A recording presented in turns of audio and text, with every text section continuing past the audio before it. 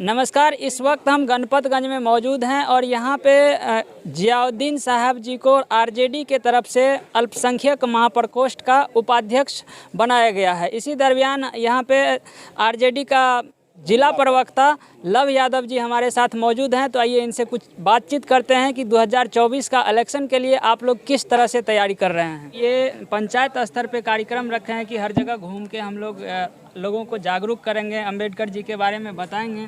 तो इससे किस तरह की आपकी तैयारी चल रही है, आगे क्या है प्लान? सबसे पहले तो जो इस संविधान और लोकतंत्र खतरा में है, इस संविधान को बचाने के लिए और जिस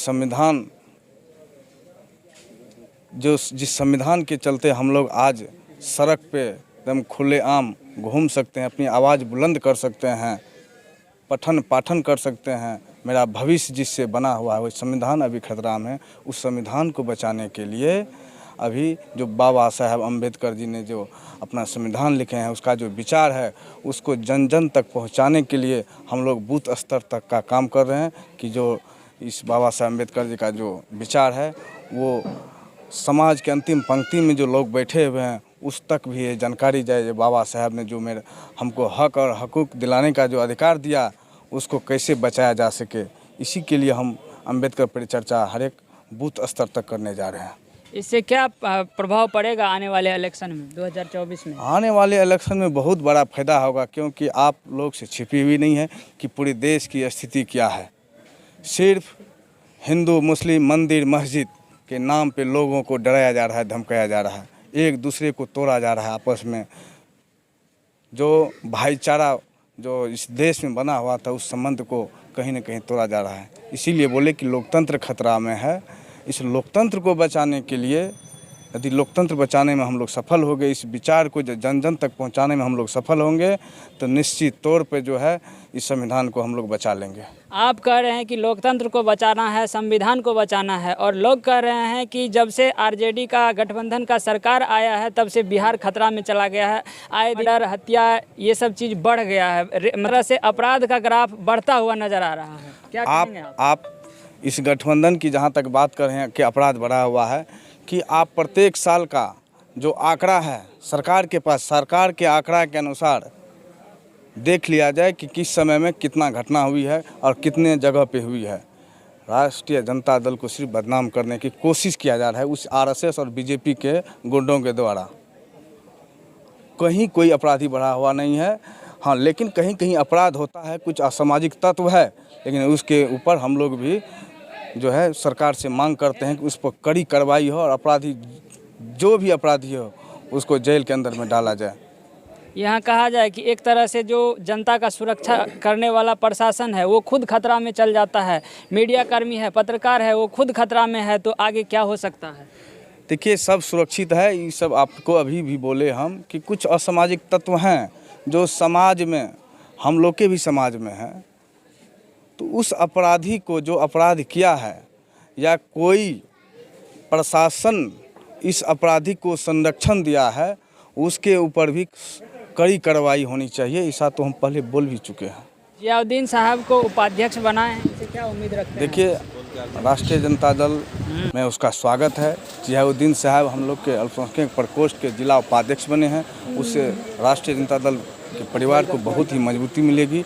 हम लोग को उम्मीद है कि उससे ज़्यादा ही बहुत मजबूती मिलेगी और आगे वो पार्टी के लिए, संगठन के लिए अच्छे रूप से काम करेंगे, यही उम्मीद और विश्वास करते हैं उससे। सर, क्या लगता है आपको कि इस बार आने वाले 2014 से जो दुर्गति देश की हुई है, लालू जी का जो बनाया हुआ सामाजिक न्याय का ढांचा था जो 1990 में लालू जी ने तैयार किया था, कहीं न कहीं जो है यह मीडिया के द्वारा, उसमें मनुवादी मीडिया जो है, जो प्रधानमंत्री कार्यालय से लेकर के और चपरासी तक जो है ब्लॉक और प्रखंड के कार्यालय तक जो लोग बैठे हुए हैं, उसका एक ही सोच है कि यह सामाजिक न्याय को बदनाम करना।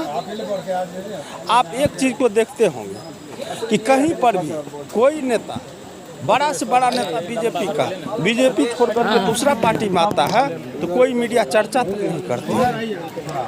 और जब इस हम लोग के पार्टी का एक साधारण कार्यकर्ता भी दूसरे पार्टी में चल जाता है तो उसको फूल माला से स्वागत किया जाता है, बहुत बड़ा फोटो उसका वायरल किया जाता है कि बहुत बड़ा नेता आरजेडी छोड़ करके आ गया।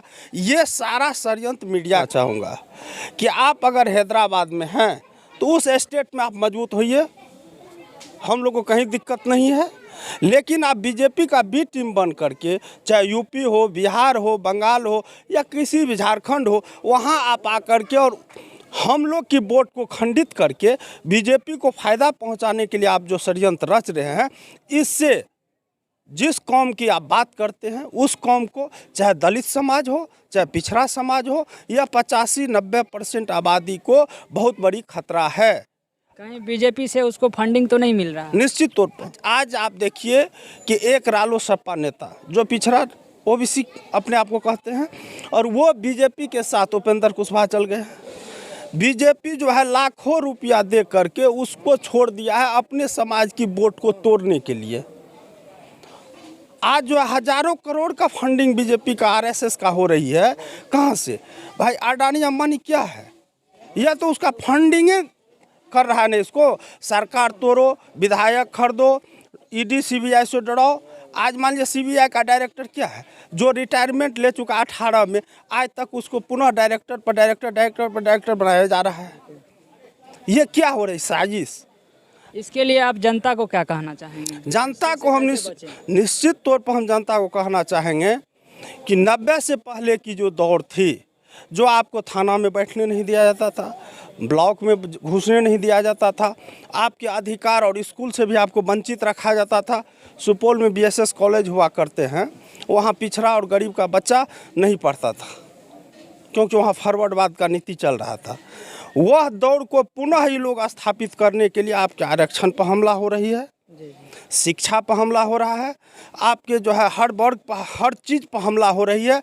और महंगाई और किसी चीज़ पर ये लोग बात नहीं करते हैं, बेरोजगारी पर बात नहीं करते हैं, और सब चीज़ को हमला करके इस देश को पुनः संविधान को रोनते हुए यह लोग वह हुकूमत को वापस लाना चाह रहे हैं, जिसको आप लोग पुनः इस साजिश को समझे और निश्चित तौर पर आरजेडी के हाथ को मजबूत करें। चलिए, बहुत बहुत धन्यवाद। नाम क्या था सर? मेरा नाम विनोद कुमार यादव, मैं प्रखंड राजद अध्यक्ष सुपौल। आप इनके बारे में क्या सोचते हैं? कमेंट बॉक्स में जाके राय जरूर देंगे। धन्यवाद।